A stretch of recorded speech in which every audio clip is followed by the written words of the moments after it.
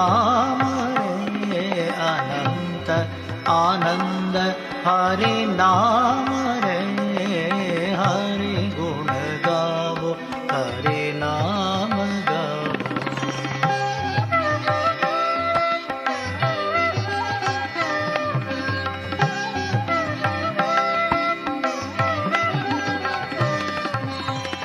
मनन जपन करो हरि नाम रे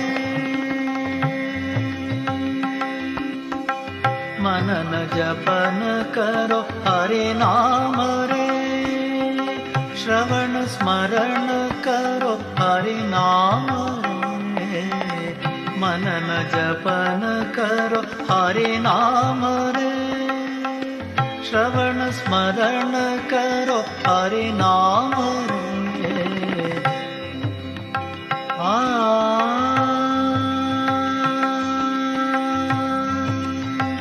मनन जपन करो हरि नाम रे श्रवण स्मरण करो हरि नाम रे हरि ओम भजो रे सदा हरि ओम भजो रे सदा हरि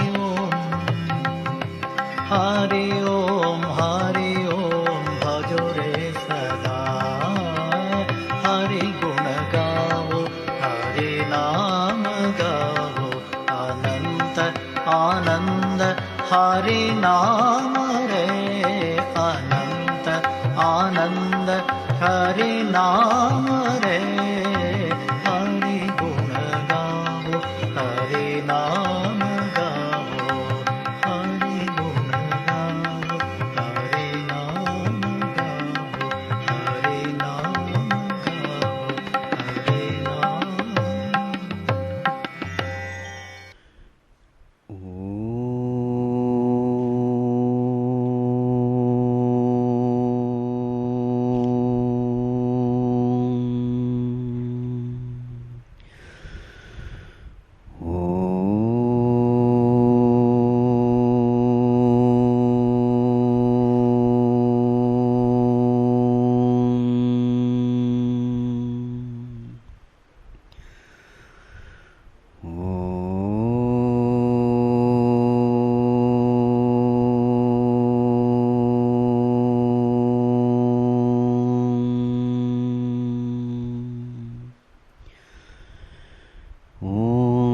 सहना भवतु सहनौ भुनक्तु सह वीर्यं करवावहै तेजस्विनावधीतमस्तु मा विद्विषावहै।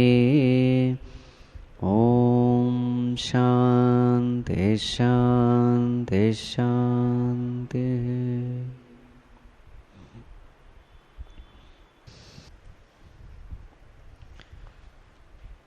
We will chant the second chapter.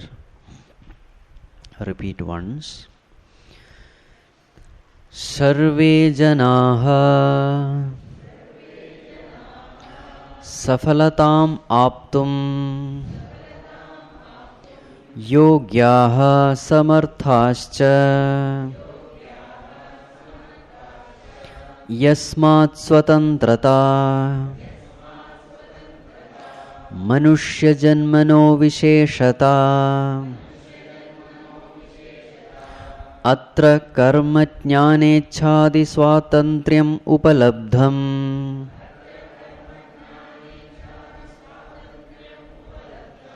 तच्चोत्कर्षार्थम् योक्तव्यम् न तु स्वपरविनाशाय तदर्थम् अपेक्षिताः सर्वशक्तयः स्वस्मिन्नेव निहिताः शक्तयस्तु कायवाङ्मनोबुद्धिस्थिता बहिः साधनभूताश्च तासाम् अभिव्यक्त्यर्थं तो जीवने श्रेष्ठं लक्ष्यम् आवश्यकम्। द्विविधं हि लक्ष्यम् प्राथमिकं चरमं च एतयोर्मध्ये सामञ्जस्यम् आवश्यकम्। यथा मोक्षप्राप्तये चित्तशुद्धिः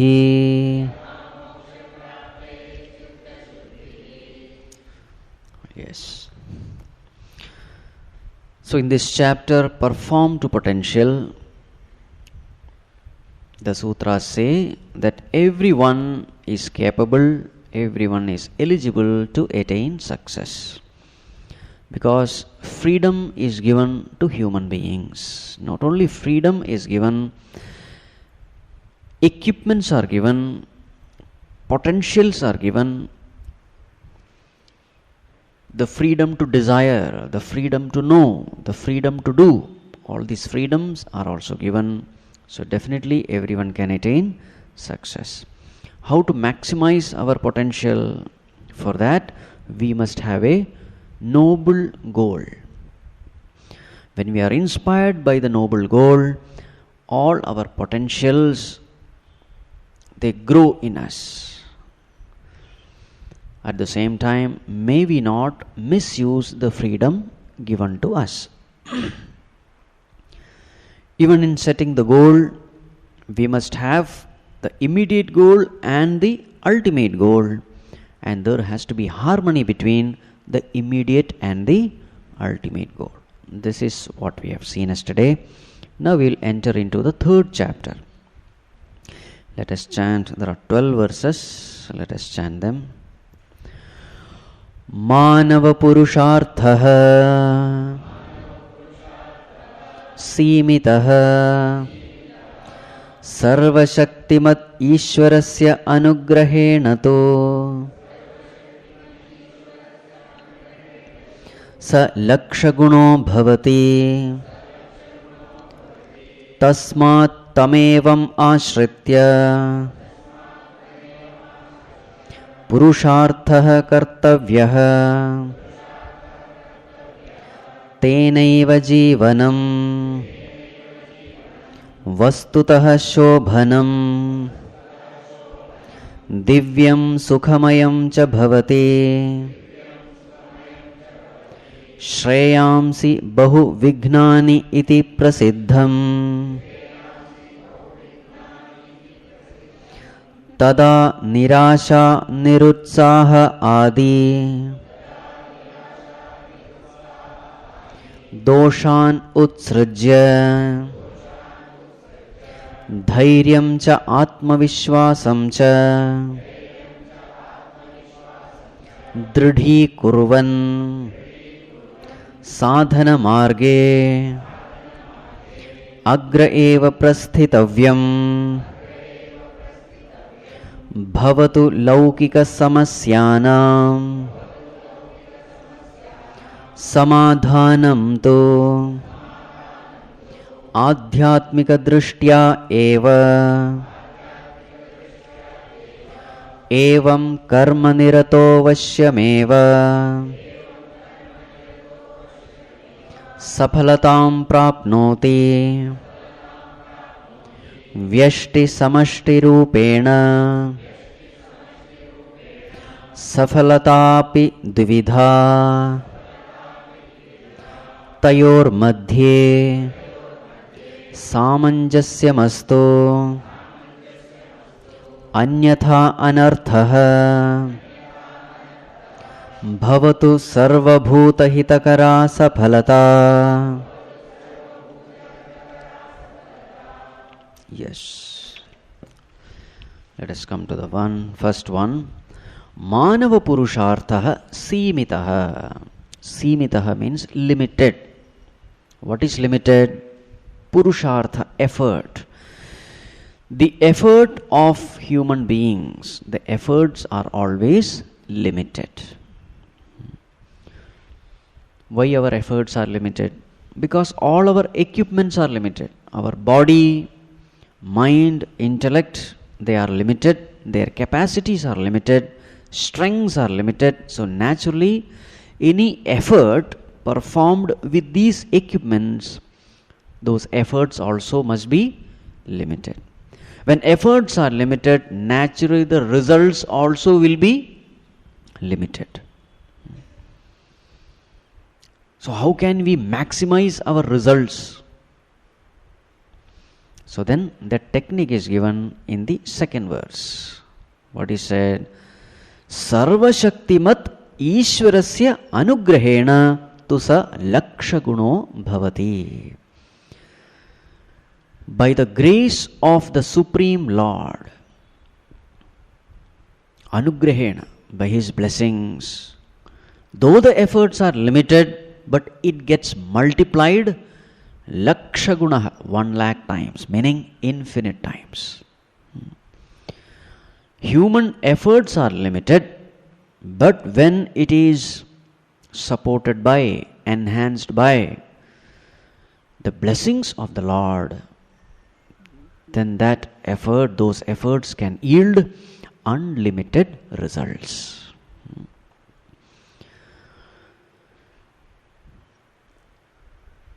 This concept comes in Bhagavad Gītā. There is a verse, the last verse of Bhagavad Gītā. What does it say? Yatra yogeshwaro Krishnaha, yatra partho dhanurdharaha, tatra shrir vijayor bhutihi, dhruva nitir matir mama. This is the last verse of Bhagavad Gītā. Wherever there is Yogeshwara Krishna and the bow arrow yielding Arjuna, Partha, Dhanurdharaha Partha, wherever these two are there, tatra Shri, prosperity, Vijayaha, victory, Bhutihi, expansion, Dhruva Nitihi, ethical and moral values, they all will be present. Success, prosperity, name, fame, everything will be present if these two factors are present. What are the two factors? Yogeshwara Krishna and Dhanurdharaha Partha. So what does it imply? Dhanurdharaha Partha means our efforts, individual effort. Arjuna, who is ready to enter into the field of action, ready to put forth his best. This is what is represented by Dhanurdhara Partha. Arjuna with his bow, ready to fight. And what does Yogeshwara Krishna signify? Yogeshwara Krishna signifies the grace and blessings of God. So these are the two things necessary. What are they? One is individual effort, the other is God's grace. Effort plus grace will definitely lead to success. Effort alone will not do, grace alone will not do, both of them have to be present. Somebody asked George Washington, what is the secret of your success? Then he said, I pray as though everything depends on God, and I work as though everything depends on me. That is the secret of my success. I pray as though everything depends on God, but I work as though everything depends on me, meaning I take up the entire responsibility and put forth my best. This is the secret.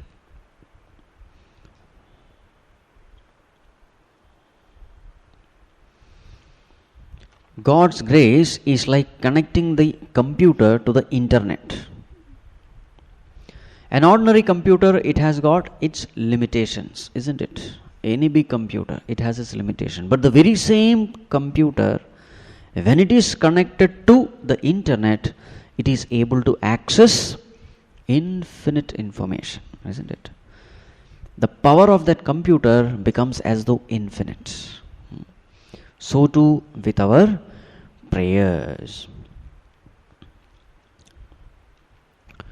There is a very nice story in our Purana. This story comes in Vishnu Purana. So there was this bird which laid its eggs near the seashore. And one day what happened, when this bird came, it saw that the ocean had washed away her eggs. This bird was very sad, very angry also. And then this bird said, I will dry up this ocean and get my eggs back. And what did this bird do? It took a blade of grass, started dipping it in the ocean, and then it would go away, sprinkle out that water. This was what the bird was doing. What it was doing? Go to the ocean with a blade of grass, dip it in the ocean, right? And go away and sprinkle that water out. This it was doing continuously. What was it trying to do?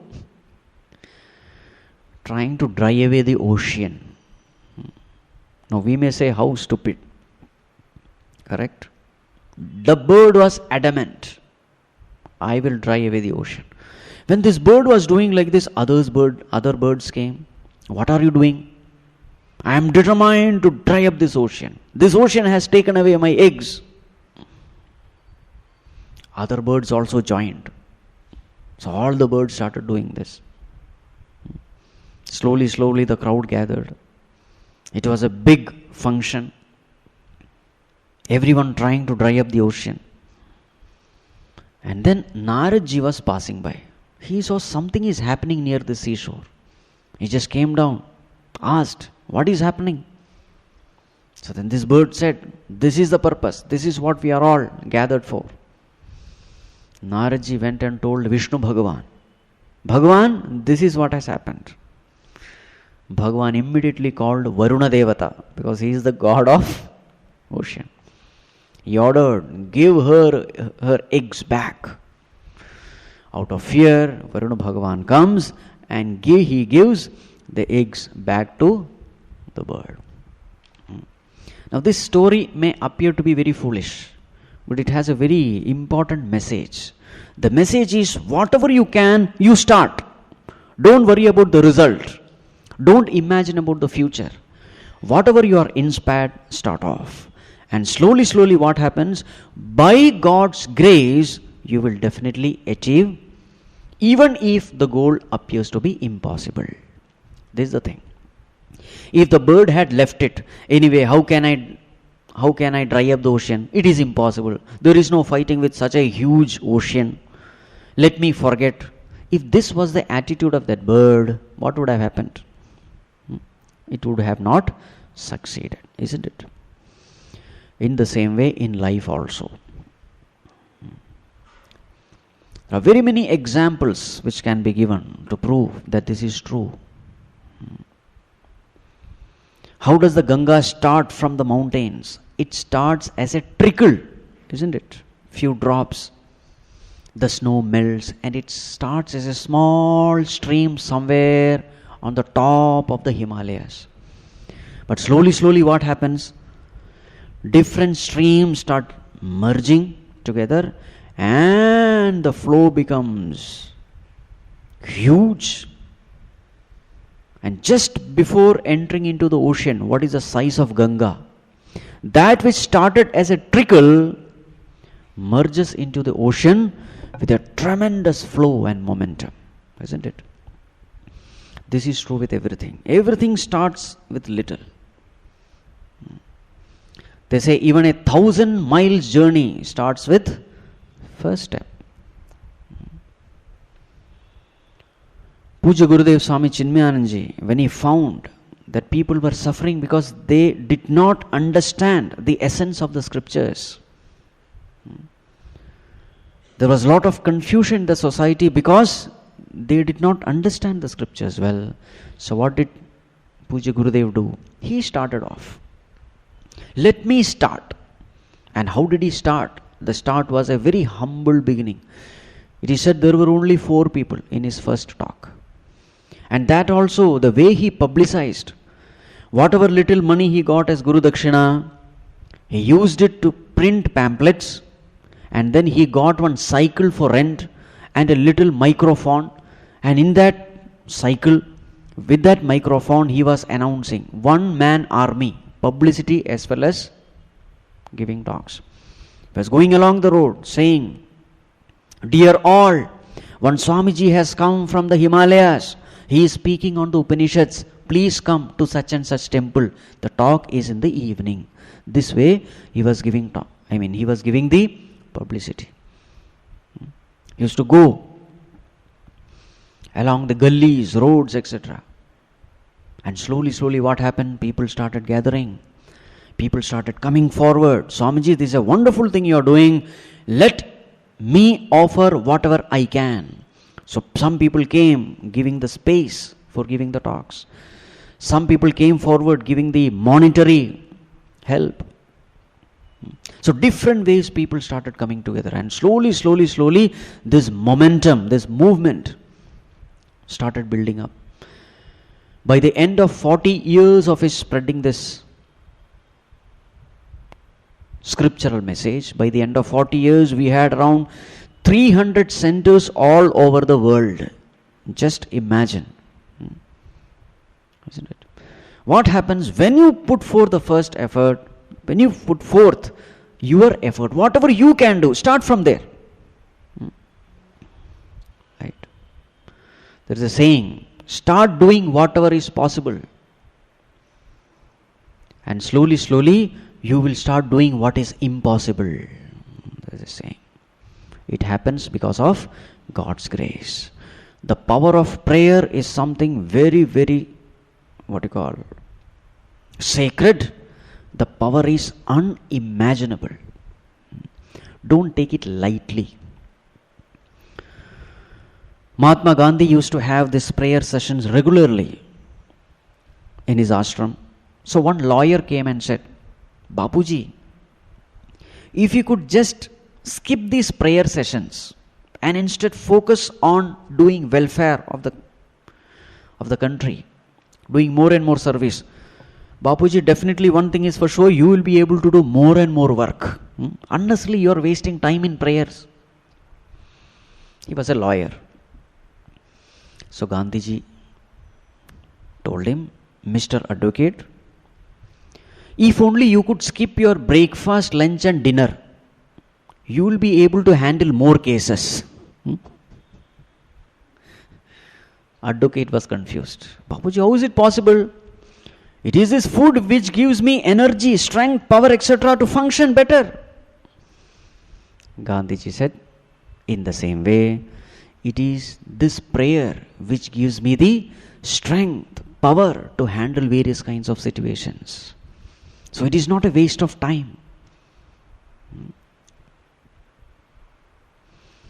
Prayer can achieve something which is impossible, beyond human effort. There's a very nice story, an incident which I have heard. There was a very famous doctor called Dr. Stephen, a world famous doctor. He had specialized in a particular branch of cancer, a particular type of cancer. So once he was invited for an award ceremony. He was awarded with some prestigious award because of his some medical research. So therefore he was longing to go to that place. On that day he boarded the flight. The flight took off. Within 2 hours an announcement was made that this flight had some technical problem and therefore it had to land abruptly. The flight landed abruptly. Dr. Stephens was really tensed because that session he had to badly attend that function. He immediately went to the help desk. There was this lady there. He asked that lady, "Madam, do you have another flight in the immediate future?" That lady said, "No, sir. The next flight to your destination is only after 10 hours. But then this lady suggested one thing. "Sir, you can do one thing. You can rent a car and then drive to that place. It is only 4 hours distance there to that place. Better drive to that place and reach there. That is the best option." Doctor had no other option. he took a car for rent and he started driving. And soon the weather became very bad.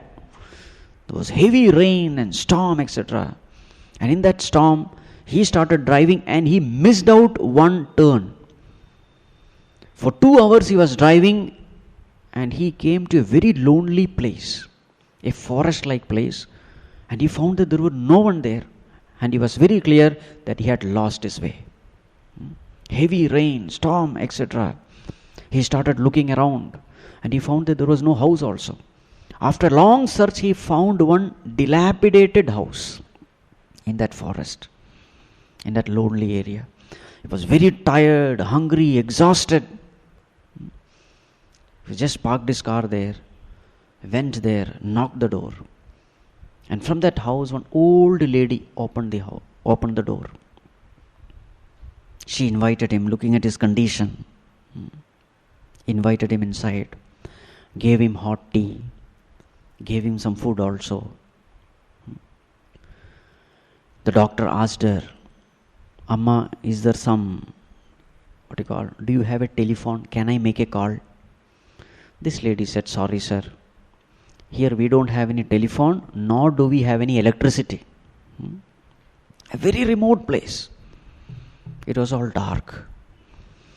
Well, this doctor was having his tea, he was having the little food also. And as he was sipping this tea, this lady said, sir, please serve yourself. I have a prayer session now. I'll just sit. So she went to a corner. This old lady went to a corner and she started praying. This doctor was just watching this lady praying. So one after the other, she was just praying. And near her, there was a small, cradle. A baby was also sleeping in that cradle. Doctor was just watching this lady offering her prayers. So doctor understood that there is some problem which this lady is facing, because the prayer was very sincere, heart-touching. When this lady came back, doctor said, Amma, is there something which I can do for you? Are you having some kind of problem? Can you share it with me? If at all I can help you in some way, I will definitely do it, etc. So then this lady smiled and said, no, the Lord is taking care of everything very, very well. He has answered all my problems except one. I should not complain, because He has answered all prayers, and I have firm faith that He will answer this prayer also. Then this doctor asked, tell me, Amma, what is the matter? Then this lady said, this child which is lying in this cradle, this child is my grandson. And this child is suffering from a very particular type of cancer. We have shown to very many doctors, and those doctors say we are not the right person to treat this cancer, but there is only one person who can treat this. They said that a doctor named Dr. Stephen is the person who is the right person to treat this. He is the only specialist available in the whole world. I am just praying because this Dr. Steve, the so-called this doctor, he stays very, very far from here. We will not be able to go there. But just I am offering my prayer. This is what this old lady said.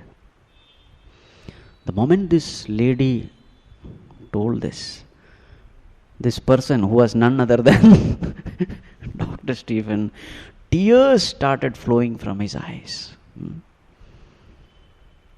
He said, Amma, God is so great. Not only that He has answered your prayer, He has brought this Dr. Stephen right at your doorsteps. All those misery which this doctor was feeling, that I missed that award ceremony, everything went off when he heard this. So this is a real incident. He's missing the flight, getting into the flight. The flight having some technical problem.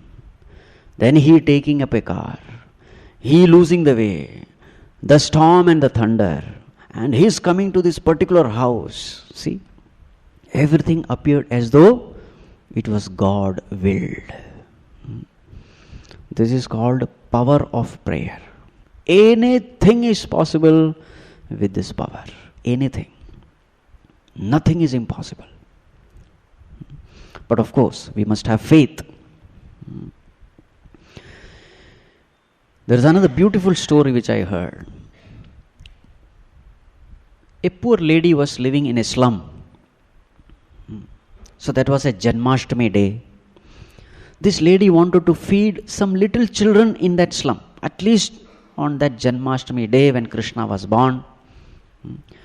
Taking these little children to be Krishna, she had a great desire that I should feed these children stomach full, at least on this day. But she did not have any resources. So she went to that nearby shop. She presented the matter to that shopkeeper. Sir, this is the desire which I have, to feed these little children. Some 4 or 5 of them are there. I just wanted to feed them. Can you give me some groceries necessary for that? Of course, I don't have any money also. Let me be frank. I don't have any money with me. The shopkeeper said, what can you offer? She said, nothing, but I can offer one prayer for your well-being. This much I can do. I can pray for you. This person was an atheist. He said, what nonsense, prayer? What can prayer do? So in order to make fun of her, he said, Amma, do one thing. Write your prayer in a piece of paper and put it on one side of the beam balance. How much ever it weighs, that much thing I will give you. He was just trying to make fun of that lady. That lady said, okay. She just wrote the prayer and handed over the piece of paper to him. He just kept it there. And then he threw a piece, one small packet of something on the other side. He found that the beam balance was motionless. It didn't move. He took another packet, put it. Nothing happened. On the one side, what was there? Prayer. On the other side, these packets were falling and nothing was happening. Now this person was confused. What has happened to this beam balance? He started putting more and more things, and again the balance was same. Ultimately he understood something has gone wrong with this beam balance. He said, Amma, whatever you want, take it. He knew that how much ever things he would put, nothing will happen. He tried to set that beam balance right, nothing worked. Ultimately he said, Amma, you take whatever you want, you take. Now that I have promised you.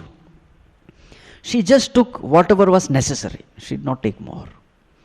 She did not exploit the situation. She just took whatever was necessary. A rice, a sambar, and one payasam. That's all. So whatever item was necessary, she took and she left. Now this person was wondering what has happened to this beam balance. And on closer, inquiry, he found that there was something stuck. Because of which the pan was not going down. But then so many questions arose. Why only at this time this beam balance had to go wrong? It is said that person became a great believer in God after that incident. There are very many stories like this. Unbelievable things happening just by the power of prayer. Another famous story. It is about Muhammad. So Muhammad was chased by some king along with soldiers. The king was trying to find him out and kill him. So Muhammad was going along with another person called Iqbal. I think it is the right name, Iqbal. So both of them were climbing a mountain. The king and the soldiers, they were chasing them. It was almost a situation where they were going to be caught. So at that time they saw one small cave. So Muhammad along with Iqbal, they entered into the cave and both of them sat there. Now Iqbal was worried. Iqbal said, Sir, definitely we will be caught because definitely the soldiers are going to search this cave. We are only two. Definitely they will find us. Muhammad said, Iqbal, you are wrong. We are not two, we are three. Who is the other one? Allah is there with us. Well, Iqbal was worried only. And as this discussion was happening, something interesting took place. A huge spider comes and starts spinning the web right across, right on the mouth of that cave. The web. The spider comes and spins the web right on the mouth of that cave. At that time the king comes, the soldiers come. They were searching everything. So he ordered one of them, go search that cave. And as that soldier was going to enter into the cave, the king said, stop. We can very clearly see there is a web. It means that nobody has entered. Come on. We'll proceed further. Thus they were saved. So in this way, we have umpteen number of stories, not one or two. So it is absolutely right. Sarvashaktimat Ishwarasya anugrahena tusa lakshaguno bhavati. Put forth effort and results will be astounding. So therefore, what should we do? Tasmat tam eva ashritya. Therefore, taking refuge unto him alone, purushartha kartavyaha. We must put forth our effort in the right direction. Taking refuge unto him, we must put forth effort. Tenaiva jivanam vastutaha shobhanam divyam sukhamayam cha bhavati. With this alone, putting forth our best, taking refuge in God, then what happens? Three things happen. Shobhanam, divyam, sukhamayam. What happens to your life? Sukhamayam. Full of happiness. That is at the individual level. You at the individual level will be very happy and prosperous. And collective level, shobhanam. Your life will be a positive contribution to the society. Thus your life will be beautiful. A person who lives for others, his life alone is beautiful. Shobhanam. You are happy and you make others happy. And also divyam, your life becomes divine. Divine means what? You evolve spiritually. So both are necessary. Material prosperity is also necessary. At the same time, spiritual evolution also is necessary. Everything is possible when you hold on to God and perform your duties. Right. So one topic is over. Now the next topic. What is the next topic? What about the difficulties? Yes. So the fifth verse says, Shreyansi bahuvignani iti prasiddham. Whenever you keep great goals in life, what comes? Vignani, obstacles, problems, difficulties, it will come. Iti prasiddham. It is well known that you will encounter difficulties, problems while you are chasing your goal.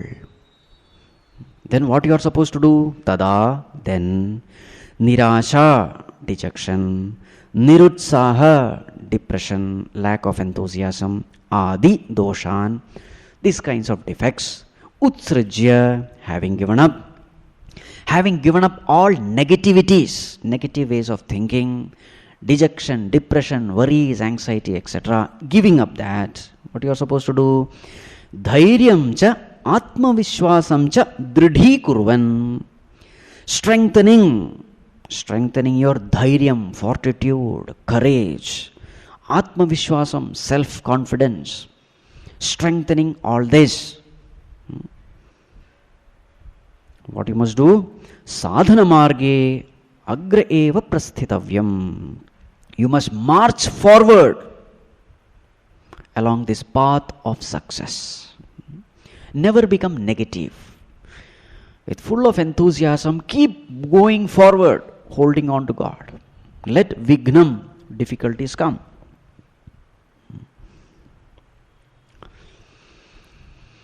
Yesterday we were seeing the story of Arunima, isn't it? Today we will see another story. This is a story of John Roebling.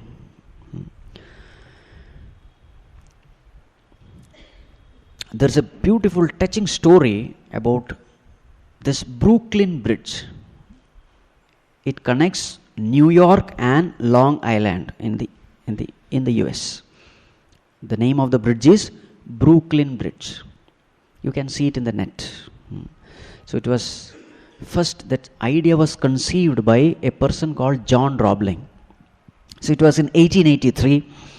So this person came up with the idea of connecting these two cities, New York and Long Island. He came up with the idea that these two cities can be connected by a bridge. He presented this idea to the world famous engineers all over the world. All of them laughed at him. What foolish! It is impossible to connect such a bridge. It is not possible.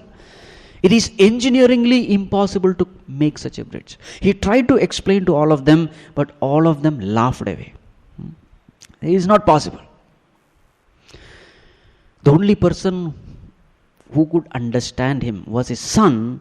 His name was Washington Roebling. What is his name? John Roebling. His son was Washington. He was also an engineer, a budding engineer, a young engineer. He explained the concept to his son. See, my dear son, this is possible. Well, they started the job. They got some support from here and there. Without turning back, they started. Few months, everything was going fine, and suddenly a major tragedy happened. This John Roebling, he fell from that height and died instantly. The father died. Son also was seriously injured. It was a serious brain damage. He could not walk, he could not talk, he could not move. He was totally bedridden. The whole world laughed at them. We had told you not to start this. We had told you it is impossible. Even then, without regarding our valuable advice, you started off. Yes. This person was lying down. Who? The son, Washington. He was not dead, that's all. He can't move, he can't talk, he can't walk, just lying down in the bed. All those dreams shattered. These were the only two people who knew how to build the bridge. One was John, he is gone. The other was Washington.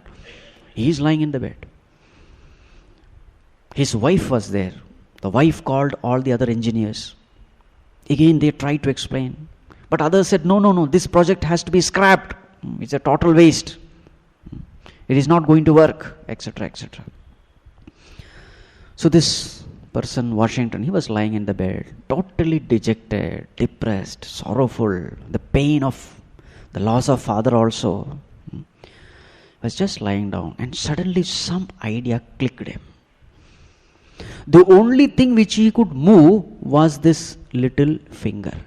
That was the only thing bodily he could move. So then what he did?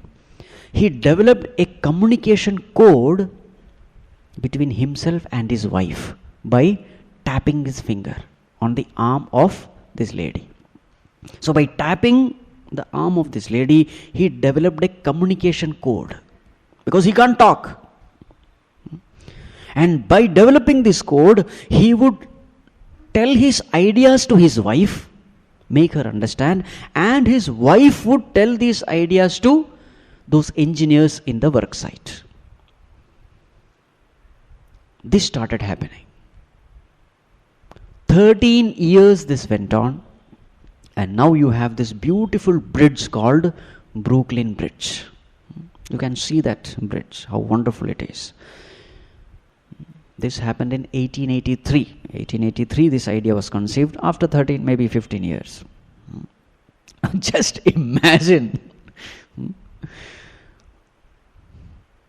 An impossible thing, isn't it? It is said whenever Bhagavan closes one door, he opens 1,000 other doors. There is nothing impossible. When you are holding on to God, everything is possible. Nirasha, Nirutsaha, etc. Whenever these negativities come, immediately remember God. That's it. With God, everything is possible. Without God, nothing is possible.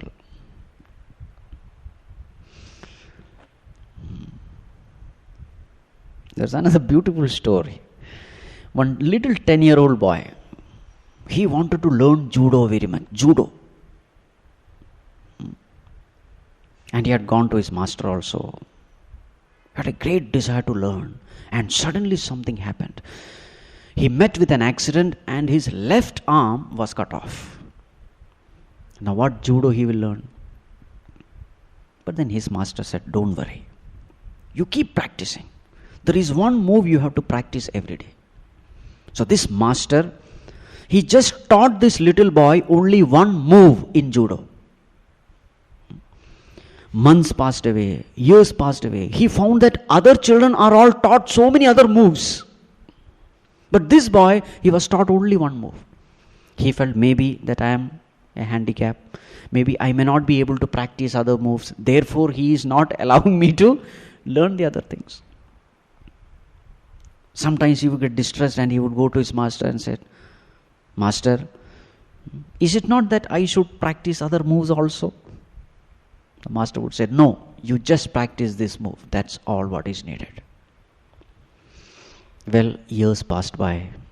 Now there was a major tournament in that city. The master took this little boy also. He has no left hand. First round, he succeeded. Second round, he succeeded. And he was surprised how he was succeeded. But he was keeping on winning. One after the other, he was succeeding. The other friends of his, they were all losing. But this fellow was winning and winning and winning. Quarter-final, semi-final, final, the best one as his opponent. He was little doubtful. Even the referee was doubtful. That this little boy, how is he going to face this? The master said, don't worry, he will fight. And believe it or not, he won. He won the tournament. Now this boy was not able to understand how I won without my left arm. He could not contain his excitement. So while returning back, he asked his master, Master, I don't understand how did I win? It was an impossibility. The master said, my dear child, you won because of two reasons. Number one, you have mastered the move which is the most difficult in judo. Because you have practiced only that. And therefore you have mastered, which is almost impossible for any other judo master. You have mastered this move very much. This is reason number one. Reason number two, the only defense for this move is the opponent should hold your left arm. This is the only defense. And now you don't have that left arm. So therefore no one could defeat you. Isn't it? What a beautiful story. It is not a story, they are all incidents. Right? When God closes one door, He opens many other. He only knows how He is going to deliver us. He can make the impossible things possible. Shreyansi bahuvignani iti prasiddham, but nirasha nirutsaha adi doshan utsrijya dhairyam atmavishwasam dridhi kurvan sadhana marge agre eva prasthitavyam. But then an important advice is given. What is the advice? Bhavatu laukika samasyanam samadhanam tu ādhyātmika drishtya eva. Whenever you are dealing with the worldly problems, try to solve them. How? Ādhyātmika drishtya, with the vision of spirituality. Worldly problems should be handled with spiritual vision. Worldly problems must be handled with spiritual vision. What does it mean? What it means is,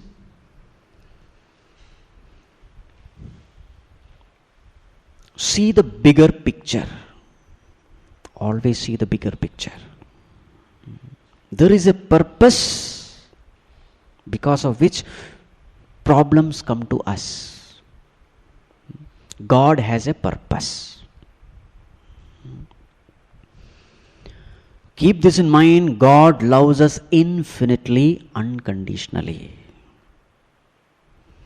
Keep this in mind, the entire world is under His control. Now this is called the spiritual vision, ādhyātmika drishti. Many times when things go sixes and sevens, we doubt the existence of God. Never do that. The whole world is under the control of the Lord. Everything that happens in this world happens out of His will. This vision should never be forgotten. This fact should never be ignored.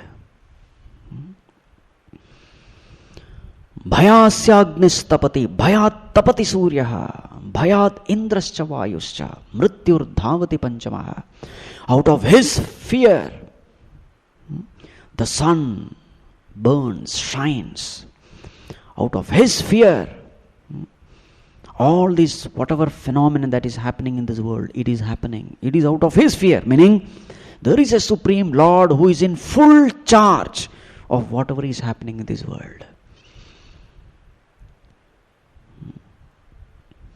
In Bhagavatam, the example given is, just like each and every cow is tied with a nose string, and with that nose string, how the master is controlling every cattle, every cow. In the same way, each and every being is controlled by him. That's a beautiful example, isn't it? How does the cow know what the wish of my master is? How does the cow know? Through pain, isn't it? When the cow tries to walk in a direction which the master doesn't like, what happens? There is a pull and there is a pain, right? So wherever there is pain, understand there is something wrong with my action. At the physical level, it is physical pain. For the unevolved beings, it is physical pain. For the evolved beings, it is psychological pain. There's the difference. Whenever psychologically you are disturbed, understand somewhere your thinking is going wrong. Somewhere you have done some wrong actions. Therefore, there is a conscience prick. It is an indication. The rope is being pulled by the Lord, saying somewhere you are going wrong. Indication is given. If you listen to that indication and correct yourself, everything is fine. If you don't correct, this psychological pain will grossify itself into physical pain. Your wrong actions will bring wrong results from the world, and the wrong results will give you further suffering. The point here is, the whole world is controlled, guided, supported, taken care by a Supreme Lord. When we read the newspaper, etc., our faith in God gets shaken. That's a different matter. But let us understand, whatever is happening in this world is perfect. Because a perfect God is taking care of this world. Never allow your mind to get disturbed. Looking at the tragedies, the crimes, etc. happening all around the world. Never allow your mind to get disturbed. Everything is perfect. Everything is happening for a purpose. Everything is right in this world. This is called ādhyātmika drishti. Whenever suffering comes to us, let it be a blessing in disguise. Take it in the right spirit. Suffering is necessary. Just like a dirty cloth needs to be washed thoroughly in order to become clean. Sometimes you use stain removers also. When normal detergent cannot remove the stain, what do you use? Use stain removers, isn't it? In the same way, sometimes harsh experiences are necessary in order to purify the mind. Certain impurities of the mind that cannot go through normal experience. So sometimes painful experiences are necessary. Right doses of pain is given by the Lord. Measured doses are given. Right? All the sufferings in the hell, everything is God designed. It is designed for certain things. It is a suffering which makes us humble. It is a suffering which scraps the ego from us. It is a suffering which makes us compassionate. There are so many virtues which we developed in the wake of suffering. So therefore, sufferings are blessings in disguise. Isn't it? This is called ādhyātmika drishti. All of us, we have come to this world as patients. Let us not forget that. Just like sick people go to the hospital, all of us have come to this world. This world is also a hospital. What is the disease we are suffering from? We are suffering from varieties of disease. Kama, Krodha, Lobha, Moha, Mada, Matsalya. They are all impurities. Right? With these impurities, you have no entry into the kingdom of self, the kingdom of God. These impurities have to be washed clean. So, the platform, the hospital where you get these impurities clean, that hospital is called world.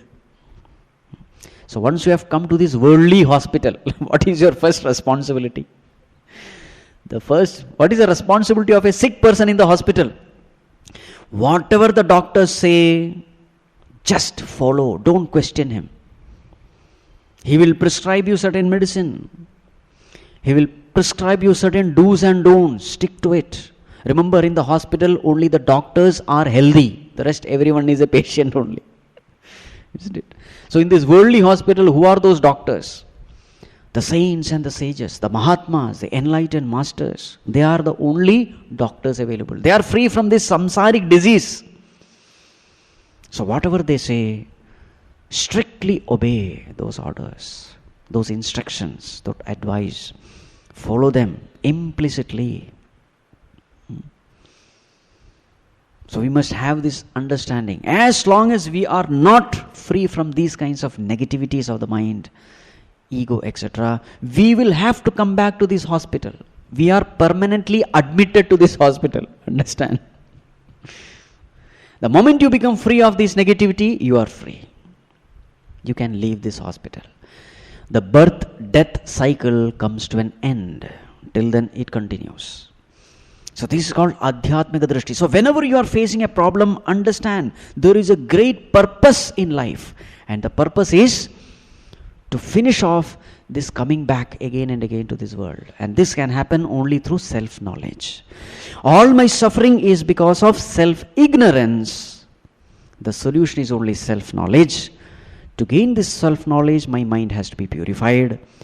Let me put forth effort in purifying this mind through every incident in my life. Right? This is called ādhyātmika drishti. There's a very nice quote which I read some time back. I'm sure you must also have read it.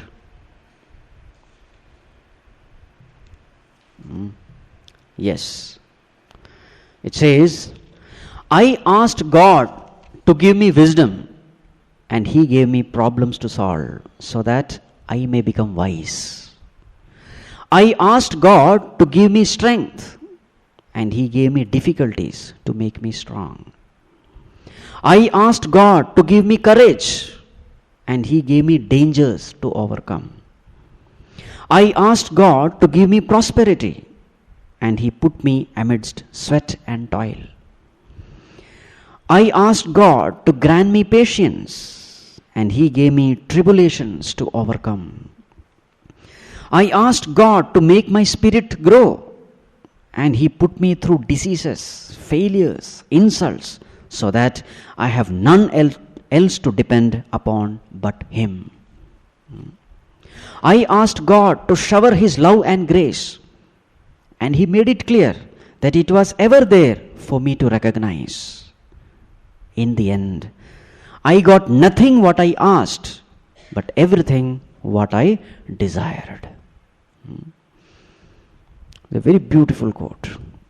This is called ādhyātmika drishti.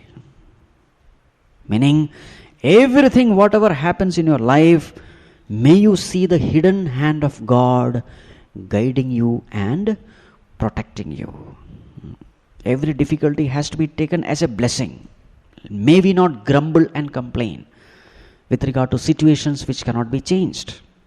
Accept it cheerfully.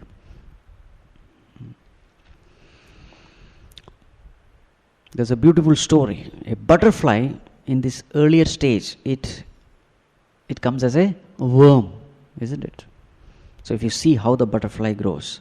So first it is a worm. So that worm is surrounded by a tight, transparent covering. So one person was watching this. This worm was growing. And he found that this worm with its little wings, it was trying to break open this transparent covering. It was struggling hard. Little wings, and with this wing it was trying to break open. This man, he felt sympathetic. Poor little worm. It is struggling inside this transparent covering. Let me help this worm. And what did this person do? He took a blade and just opened that covering. What happened after that? This worm remained a worm only. It could not become a flying butterfly. So what actually happened was, see, these wings, in order to develop strength, how do you develop strength to your muscles? By exercising the muscle, isn't it? So it was a natural covering which was necessary for that little worm to develop strength for the wings. So when that, when that possibility of exertion was ruled out, those wings remained weak and thus it could not fly. In the same way, we must understand all these, the sufferings, everything is a blessing. It is not something which is pulling you back. It is something which will take you forward. A father and a son, they were flying the kite. So the kite was flying very high. The son said, Father, I think it is the string which is pulling the kite back. Otherwise it would have gone much higher. You cut that string.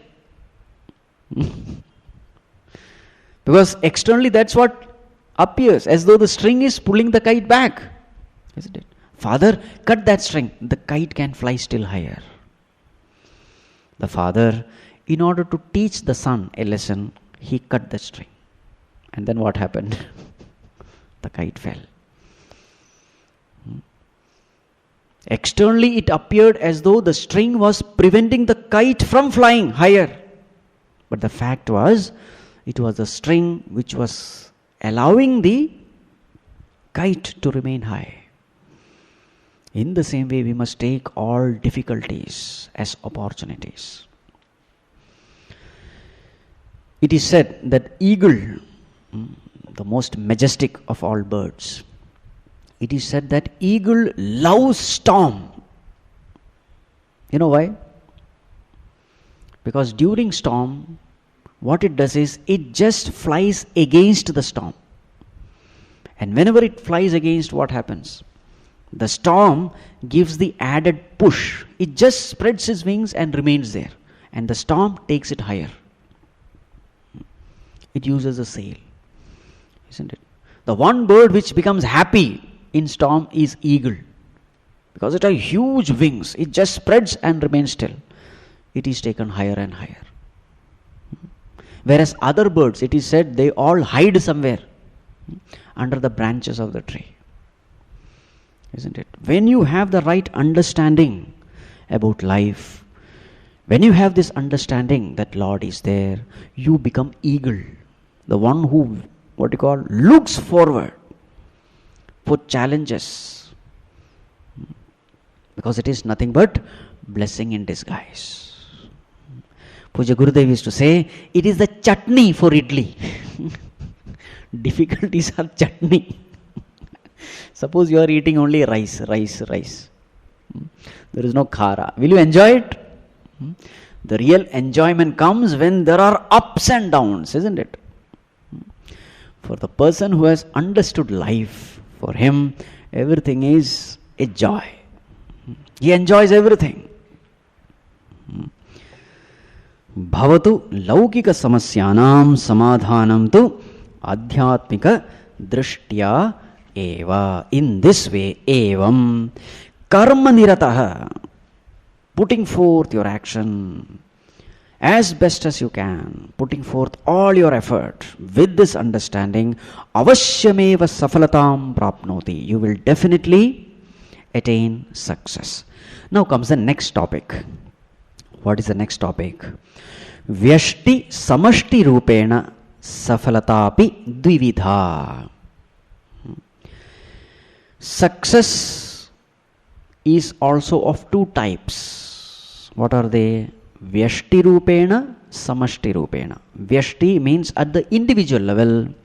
Samashti means at the total level, cosmic level. Success is of two types, at the individual level and at the cosmic level or total level. So what is the advice given? Tayor madhye samanjasyam astu. Let there be harmony between the two.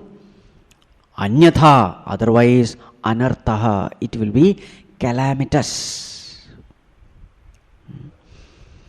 Now what does it mean? Success at the individual level and success at the total level. Let there be harmony between the two. Let me give an example. Suppose a person is making money through corrupt practices. So it is success at the individual level. Individual level, he is making lot of money. But it is a failure. It's a failure with respect to totality, isn't it? So individual success must be in harmony with the totality. Bhavatu sarva bhuta hitakara safalata. May your success lead to the welfare of all. Then only it is true success. So this concept actually comes in the 3rd chapter of Bhagavad Gītā. It is called as yajna bhava. Function in this world with yajna bhava. This is the concept. We had seen it when we studied 3rd chapter of Bhagavad Gītā some 1.5 years back. The same concept, I will just revise it.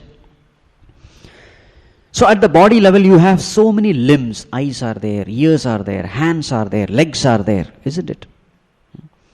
So each and every organ has to function well. But at the same time, every limb has to take care of has to have the bigger picture in mind. And what is the bigger picture in mind? The body has to be healthy. Limbs have to function well, but at the same time, the entire body's existence also has to be kept in mind. Because only when the body exists, the limbs exist, isn't it? Limbs have got no separate existence other than the body. So eyes have to see well, ears have to see well, everything is for one goal. What is the goal? Body has to be protected. It has to be healthy. Suppose a stone is thrown at you. What is the first thing you do? Suppose a stone is coming directly to your head. First, the hands come in protection, isn't it? Because without head you cannot live, without hands you can live. So therefore, hands sacrifice itself. Hands sacrifice itself for the welfare of the whole body. In the process, the hand may be injured, but the head is safe. Isn't it? So there is something called Vyashti Safalata, there is something called Samashti Safalata. So every action of yours should be in such a way that the totality is benefited, not just your individual. So this is with respect to the body. Expand further with respect to a family. The higher goal is there should be peace and harmony in the family. When can there be peace and harmony in the family? When each and every member tries to make the other happy, there is peace and harmony in the family. Wherever there is a spirit of sacrifice and service, if the spirit is imbibed into each and every individual, definitely there will be peace and happiness. Yes or no?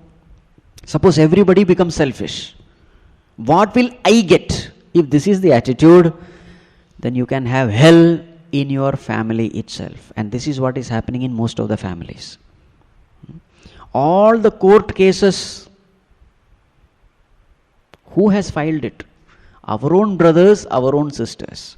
Brothers and brothers, sisters and brothers, they are fighting among each other for property, for wealth, and for this and that. What is the mistake they have done?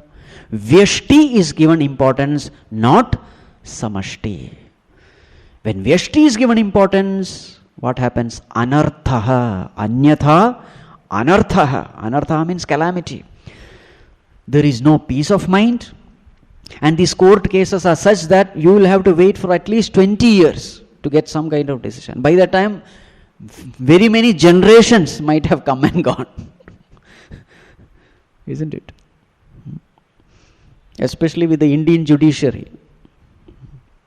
I heard a very nice joke. A cow was running. Elephant asked the cow, "Why are you running?" No, the government, they have decided to catch all the buffaloes. But why are you running? Because you are not a buffalo. No, I am not a buffalo, but if suppose they catch me, to prove that I am not a buffalo will take 20 years. Hearing this, elephant also started running. That is the Indian judiciary. So just imagine the condition of people who have filed cases, property matters, etc. Will they have any peace of mind? Always thinking of revenge and this and that. Of course, in the process, lawyers make a lot of money. But what is your condition? Your whole life is gone. Isn't it? Anyatha, anarthaha. That's a very nice, This is a speech given by a daughter-in-law. She was just entering into the new house. So she gave this speech to the members of her new family. This is the speech. So she said, "My dear members of the new family, I thank you all for welcoming me in this new house. First, I must tell you that my presence here should not change your routine life. Those who used to wash clothes must keep on doing it. Those who cooked food must keep cooking. Those who cleaned the house must keep on cleaning. I won't disturb anybody's routine. As far as I am concerned, I am here only to eat bun, have fun, and control your son." Right? This is the capsule for any future daughter-in-laws to be perpetually in hell. Isn't it? She will create a hell there. Any selfish person will create a hell around him or her. Vyashti and samashti. Whatever actions we perform, we must have a clear understanding. Is it going to benefit all? That is the criteria. Am I harming others with this particular action of mine? Such actions are called sattvic actions, where you are benefited and others are also benefited. Actions where only you are benefited and others are harmed, it is called tamasic actions. Actions where you are benefited but others are not harmed, at least, such actions are called rajasic. Your actions must be sattvic, keeping in mind the samashti.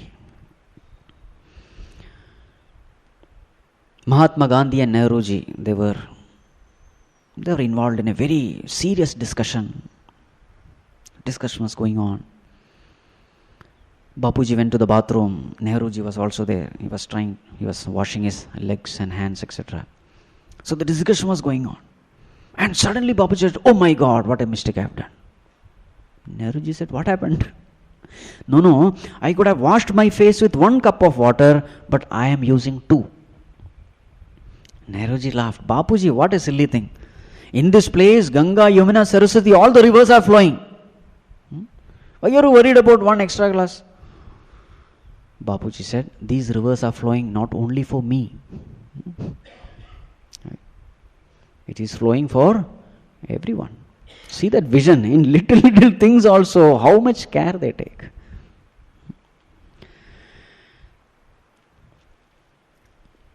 General Kariyappa, Field Marshal Kariyappa. So after retirement, his son was involved in the 1965 Indo-Pak War. He was a fighter pilot. So during the war, his plane was hit by a Pakistani missile and he was caught alive in the Pakistani territory. So at that time, the general of Pakistani army was General Ayub Khan. And this particular person, when India and Pakistan they were together, he was working under General Cariappa. And he had great regards for Cariappa also. So immediately he calls up Cariappa and said, "Sir, your son has been caught alive. If you just put a word, I will release him." You know what Cariappa said? He said, "He is not my only son. Every soldier in the Indian army is my son. So therefore, give him the same treatment which you would give to any other Indian soldier. Don't give him any special treatment. Thank you very much for this gesture of yours." That's all. Look at that vision. Now this is called samashti, not vyashti. I, my son, my family, my wife, my husband, that's all. Now this is called selfish living. Such a person will die in the cocoon created by himself. He will be the most miserable fellow. Now look at this vision. The whole India is mine. All soldiers, they are my children. See that vision. This is called samashti. When you operate with this vision, all confusions in your life will just disappear like mist with the rising sun. All confusions are there because you have forgotten the bigger picture and you are just having this narrow vision. Narrow vision will always create problem. Broader your vision, the more clearer you see the wonder of creation. And more perfect will be your analysis of life. More perfect will be your decision making. All these decision making abilities get crippled when the vision becomes narrow. Bhavatu sarvabhuta hitakara safalata. May your success be a welfare for all being. There's a very nice, touching story which I heard. It's an incident rather. Some few children, 7 to 8, mentally retarded children. They were participating in a racing competition. So this pistol was shot. Ready, 1, 2, 3, start! All the children started running. Mentally retarded children. And suddenly one child fell down. And you know what happened? All the other children stopped running. They came to this child, lifted him, consoled him, and together holding the hands, they started running. See, this is called samashti. I should win. No, we all should win. A similar experiment was done in South Africa. So one anthropologist who is more interested in learning about the tribes, etc., he called some tribal children of Africa, called all of them, and said, "See, you have to run this 100 meter. And the 100 meter far away, near the tree, they had kept some sweets, etc. Very delicious sweets, attractive sweets. And said, whoever reaches first, sweets belong to him. So all of them gathered. Then what did they do? They started running together. This person was stunned, holding the hands together. He asked, how is it? Why do you do this? And they gave an answer, one term, Ubuntu.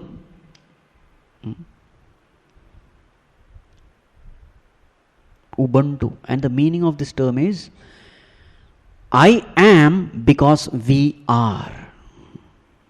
This is the meaning. I am because we are.